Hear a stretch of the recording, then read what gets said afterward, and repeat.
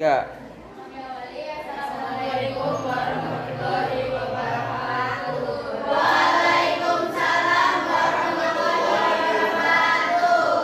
Kami di sini akan mempresentasikan tentang rumusan Pancasila yang berkaitan sila-sila Pancasila dalam kehidupan sehari-hari. Sebelumnya perkenalkan, nama saya Ismail Abdullah, nama saya Deviani, nama saya Widiawati, nama saya Prasetya, nama saya Afali.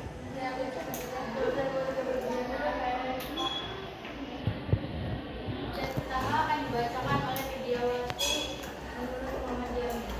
Rumusan Pancasila menurut Muhammadiyah terkait Undang Dasar Negara pada 29 Mei 1945 telah menjamin secara resmi asas dasar negara Indonesia yang murni, hari kebangsaan, kebinekaan, ketuhanan, kerakyatan, dan kesejahteraan rakyat. Setelah pidatonya, Muhammadiyah menyerahkan 5 rumusan dasar negara dalam bacaan tertulis Undang-Undang Dasar Republik Indonesia, yaitu Tuhan Yang Maha Esa, kebangsaan kesatuan Indonesia, rasa kemanusiaan yang adil dan beradab, kerakyatan yang dipimpin oleh hikmah, kebijaksanaan dalam kemusyawaratan perwakilan, keadilan sosial bagi seluruh rakyat Indonesia. Selanjutnya akan dibacakan oleh Selamat. Rumusan Pancasila menurut Muhammad pada 31 Mei 1945, Profesor Dr. Mustafa Supomo mengusulkan 5 poin rumusan dasar negara, yaitu persatuan, kekeluargaan, keseimbangan lahir dan batin, musyawarah, keadilan rakyat. Rumusan Supomo tidak diberi julukan atau nama. Rumusan ini dianggap memiliki makna yang mendalam karena Supomo berharap Indonesia menggunakan dasar moral luhur yang dianjurkan oleh Islam. Selain itu, rumusan ini juga bisa diinterpretasikan sebagai negara harus dikelola seperti keluarga harmonis. Selanjutnya akan dibacakan oleh Feris.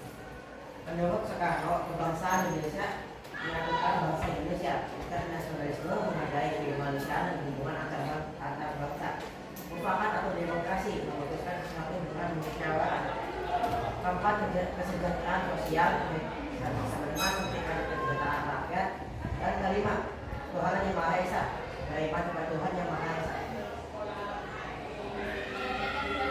Sila 1 dan sila 4 tahun Sila 1 dan sila 4, keimanan dan demokrasi berjalan beriringan dan saling memperkuat dalam mewujudkan kehidupan yang harmonis dan penuh kedamaian. Selanjutnya akan dibacakan oleh Aulia. Sila 1 dan 2, demokrat, kebesaran, dan menerima siswa yang memiliki rasa demokratis, empati, kebesaran, juga menerima siswa yang memiliki. Selanjutnya akan dibacakan oleh Monika. Sila 1 dan 3, mengembangkan sikap saling menghormati, kebebasan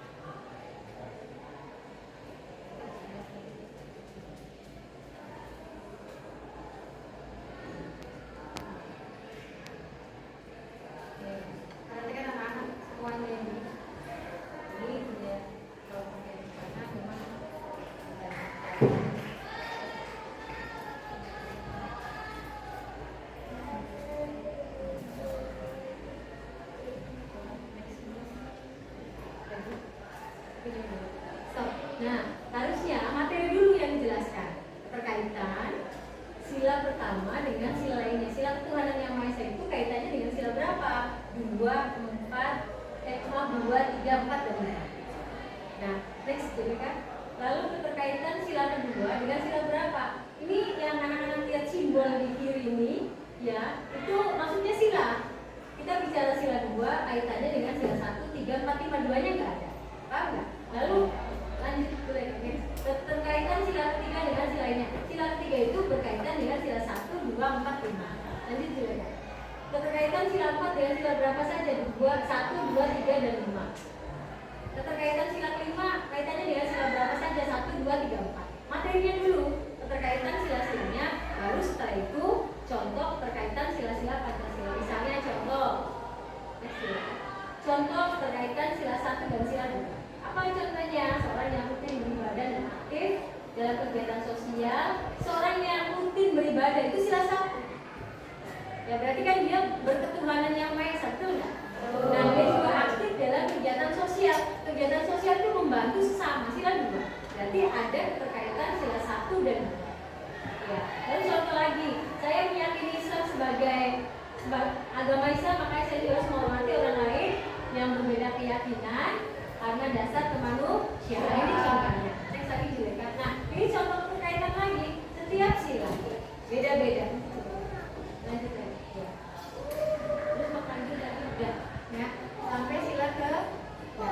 Kemudian kita lihat di sini punya kelompoknya. Iya, boleh sini dulu. Coba perhatikan.